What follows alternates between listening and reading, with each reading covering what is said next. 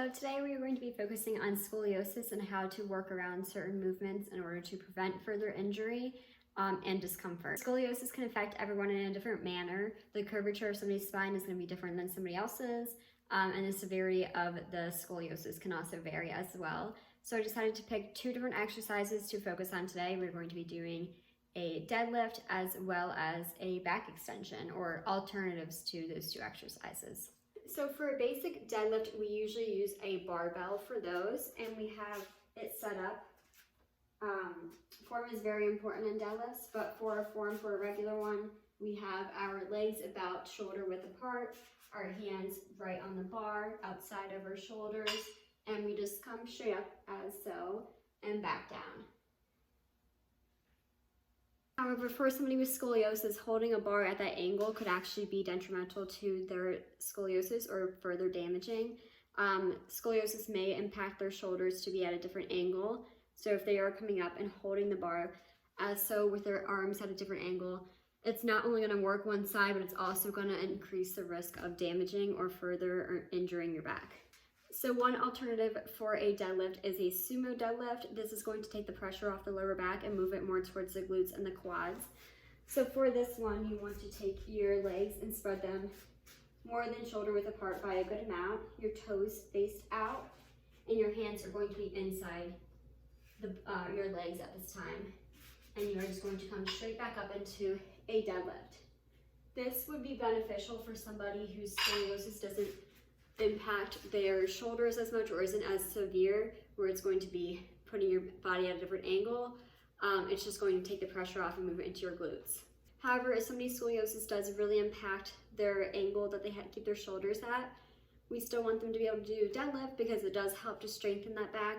However, we don't want them to be working one side more than the other and furthering the injury. So for that, we are going to move into dumbbell deadlifts. This ensures that your arms are going to be at whatever length they need to be at. So if you have scoliosis and it's bending your back a little bit, maybe your arms are like this, and so when you do a deadlift, this arm comes down a little bit more, but you are still working both sides of your body equally. And lastly, we are going to be doing one other alternative for a deadlift, which is a suitcase deadlift. You can do this with a kettlebell or a dumbbell. I'm going to use a dumbbell. This really helps to ensure that you are working just one side at a time in case your scoliosis prevents you from working both at the same. So you're going to take a dumbbell or a kettlebell in one hand and come straight down into a deadlift. So it's going to be more of a Romanian deadlift. You're going to keep your legs pretty straight and just come right down to the side.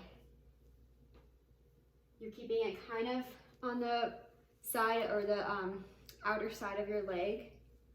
So you're keeping your spine at a very neutral degree, but also working those quads, the hamstrings, the glutes, and the lower back slightly. So the next alternative exercise we're going to be doing is for a back extension. Back extensions are very helpful with strengthening your back. However, they could promote injury to somebody who has scoliosis or make it even worse of a condition. For back extension, you tend to be on a machine of something similar to this. And you just come straight down and then pull back up. Almost all the muscles that are working are going to be in your hamstrings, your glutes, and your lower back. However, if you continually do this, you could risk injuring yourself even more if you have scoliosis. So an alternative exercise to back extension is going to be hip bridges.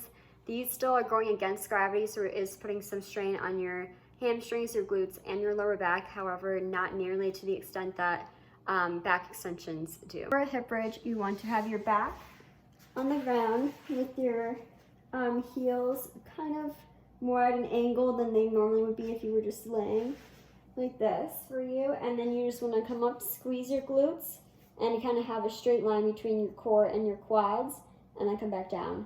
And this is going to make sure you are working all of these back muscles right here, including your glutes and your hamstrings. And it's going to be a little bit less strenuous than a back extension. So of course, all these exercises depend on somebody's severity level of scoliosis and how their curvature of their spine is. There are several different alternatives for nearly every exercise that works the lower back and the upper back.